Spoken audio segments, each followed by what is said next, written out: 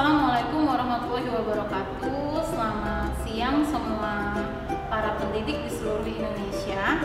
Dalam kesempatan kali ini saya ingin bercerita tentang sebuah kasus yang dihadapi dalam kegiatan belajar mengajar. Sebagai guru tidak luput karena yang kita hadapi adalah makhluk hidup yang berkarakter unik, yang pastinya berbeda-beda setiap tahun ya.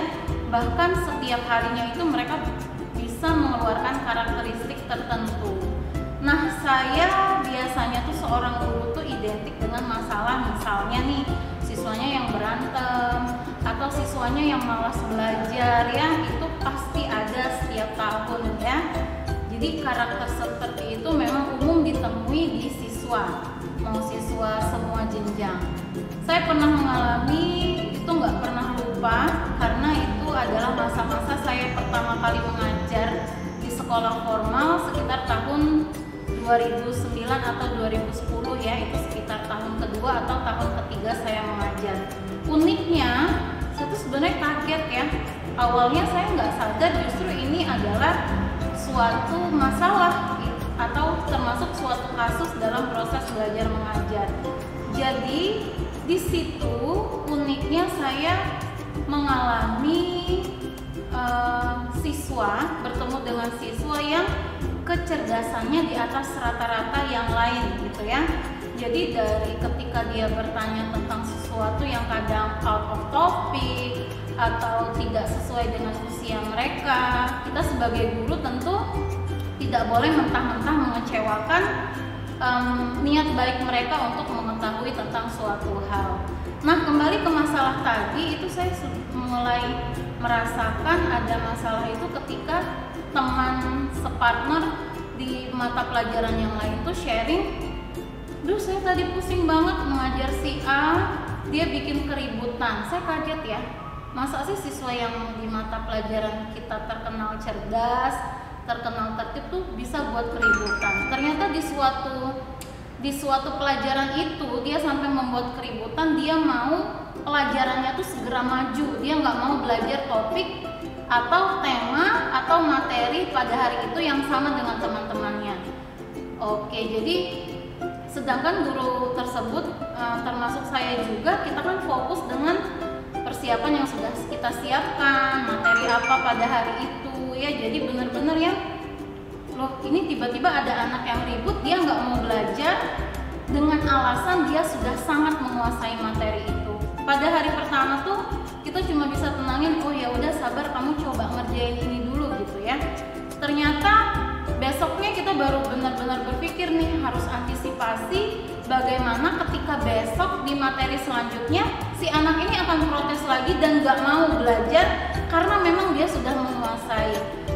Jadi kita sepakat, kita sharing, kita cari jalan keluarnya, kita saling sharing waktu itu beberapa alternatif. Yang pertama memang kita harus membagi perhatian kita nih. Jadi mayoritas siswa yang mengikuti materi besoknya dengan si anak yang sudah sangat menguasai. Jadi mau nggak mau kita kasih materi yang loncat, yang kira-kira dia memang masih harus ikut belajar. Dan kita kan memihak yang mayoritas, jadi kita membuat ringkasan khusus untuk si anak yang cerdas itu. Nah, lalu solusi selanjutnya dia mulai seneng nih karena dia ngerasa dialihkan ya. Jadi dia nggak bosan melihat penjelasan materi yang dia sudah sangat paham. Tantangan yang lebih besar itu kita kasih nih besoknya, coba kita cari soal-soal olimpiade nih. Walaupun dia kelas 4, biasanya olimpiade SD itu kan kelas 5 ya. Jadi dia tertarik, dia merasa tertantang dengan soal-soal standar olimpiade yang dia harus benar-benar berpikir. Kan kalau soal biasa dia tahu nih ini cara jawabnya. Itu dia dikasih tantangan soal yang jauh lebih sulit, jadi dia merasa tertantang. Jadi solusi yang pertama memang justru itu jadi nilai plus kita nggak harus persiapan khusus nih. Kita sudah punya satu siswa yang karena dia awalnya membuat masalah keributan bosan, dia sudah kita persiapkan untuk mengikuti soal-soal olimpiade. Jadi benar-benar bukan yang tanpa paksaan, dia mempelajarinya dengan senang. Jadi dan dia juga udah tahu nih maunya dia udah diturutin, dia ngerasa gurunya tuh juga memperhatikan dia, bukan teman-teman yang lain. Jadi dia juga sudah toleransinya, egoisnya juga justru berkurang ketika dia mau tanya materi itu. Dia bisa lihat situasi dulu, oh gurunya lagi ngajarin temen yang lain nih, jadi dia akan cari timing ketika gurunya mulai break, jadi dia nggak ganggu konsentrasi teman yang lain.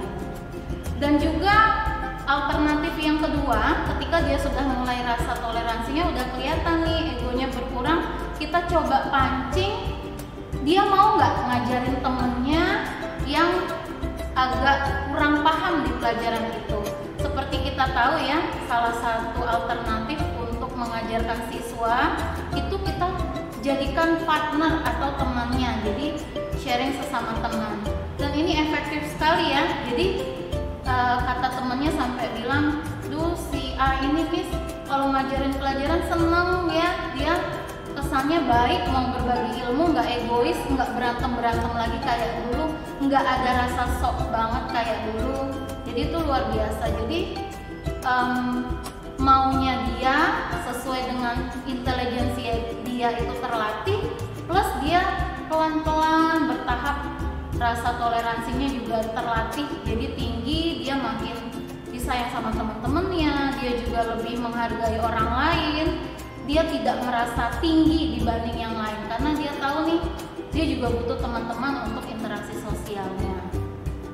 Hasil yang diperoleh tentu saja itu positif sekali ya. Yang pertama, anak tersebut bisa mengikuti olimpiade, bisa menang ya, itu luar biasa. Jadi prestasi kebanggaan dari diri dia pribadi, atas nama kelas, atas nama sekolah, bahkan atas nama provinsi Sumatera Selatan.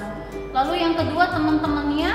Jadi ada tipe anak itu yang walaupun gurunya sebenarnya sudah open untuk menerima pertanyaan, dia kadang takut bertanya di depan teman-temannya. Ketika ada teman yang cerdas tadi sudah sampai ada ngomong, kalau nggak ngerti boleh tanya aku. Itu jadi pelan-pelan yang siswa yang sangat pendiam itu mulai, jadi ada interaksi, dia juga bisa lebih paham, sedikit demi sedikit mengalami peningkatan.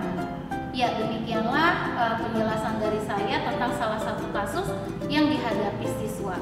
Terima kasih. Wassalamualaikum warahmatullahi wabarakatuh.